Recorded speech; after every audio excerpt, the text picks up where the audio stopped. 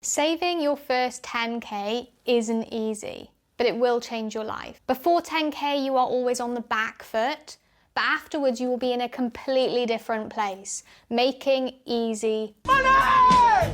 In this video, I've got 3 things to share that 10K gives you, and I'll also tell you exactly what you need to do to maximize its impact on your life. Let's first talk about interest, which is extra money that you either earn or have to pay. Saving money earns you interest because you can actually make money on the money that you have saved up. Conversely, borrowing money costs you interest because you not only have to pay that money back in full, but oftentimes pay interest on top. And it's this dynamic that we have to be quite mindful of, and it makes the biggest difference when we start to think about saving money and how it gets us into a much more favourable position than always having to borrow money. When you save, you have the benefit of making that money work for you rather than always having to work for money. It's a huge shift, and it is inevitably what leads to building wealth over time. Oftentimes we are put in a position where we have to borrow money. The problem with this is that the more we borrow, the more we have to pay in interest. So that is what costs us money. Debt.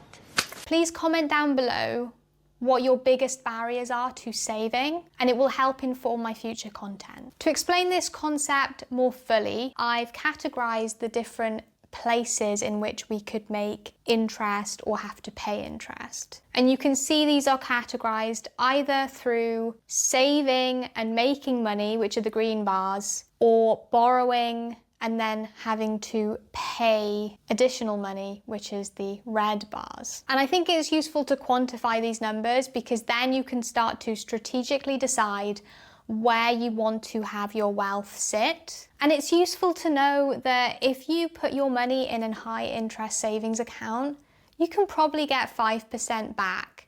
And that is a very low risk form of building wealth. The other really exciting thing that you can do when you start to save money is to invest in the stock market. I am not a financial advisor, but what I personally do is I like to invest my money in globally diversified funds, such as the FTSE All World All Cap. I've included as normal the links down below for my recommended investment platforms. But please do your own research, and what you feel comfortable is what you should do. Over the short term, of course, investments can go down in value. So you need to make sure that you split your savings between different categories. And shortly in this video, I'm going to tell you exactly what I would suggest or what I have personally done with my first £10,000. However, we also need to assess the flip side, the places where we are borrowing money and what we are paying in interest for those different categories. So first of all, we have your mortgage. Generally, the interest on this is lower than other categories. And at the moment, we can see interest rates at about 5% on mortgages. It gets worse when you look at personal loans, which are charging around 10%, and really shows why you would ideally want to avoid these types of loans if at all possible. Finally, there is the credit card debt, which is knocking the door on about 20% interest. And out of the easy options that I have listed that will give you passive returns, 20%, it's easy to see, is way higher. So it would always be a first move that I would recommend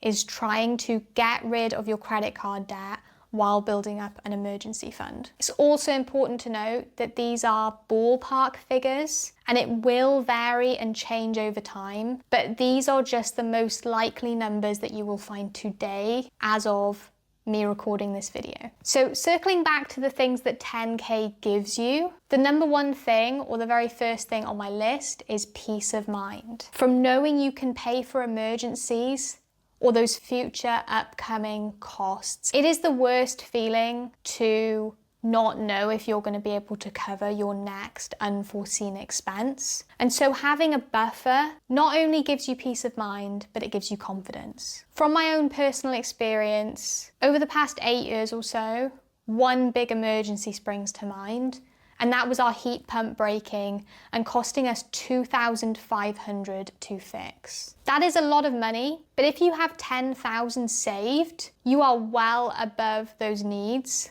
and also well above most emergencies that are going to be cropping up. So you know that even if you have terrible luck, you will be absolutely fine in paying it back. The other thing is that if the worst were to happen and you were to lose your job, 10,000 is probably going to be 1 to 3 months of living expenses for most people. And so even if you have to go back to the drawing board and do job searches, then you have the peace of mind that you are able to do that and to put time into that search and make sure that you are getting the best job and not necessarily just taking the first one that comes along. Secondly, having 10K saved will open up a whole new world of opportunities because, put simply, money makes money. Here are a few different ways in which you can leverage your money, your savings, to make you more, a few of which we've already mentioned, but I also wanted to tie this back to my own experience over the last 12 months and having 10,000 saved. I split my 10,000 between an easy access emergency fund,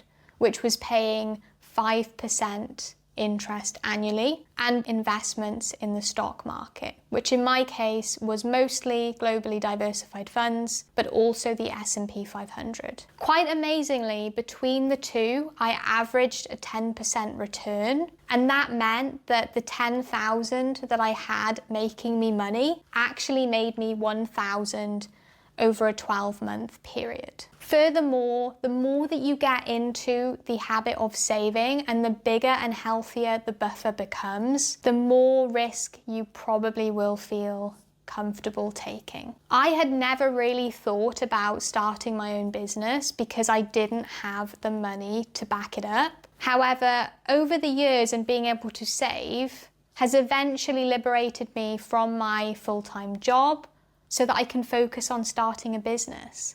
And while we don't know that that's going to return us anything, there's no guarantee, I have a very strong faith that it will. Thirdly, motivation. And this really comes into play once you start and you put that money to work and you see the return that you get.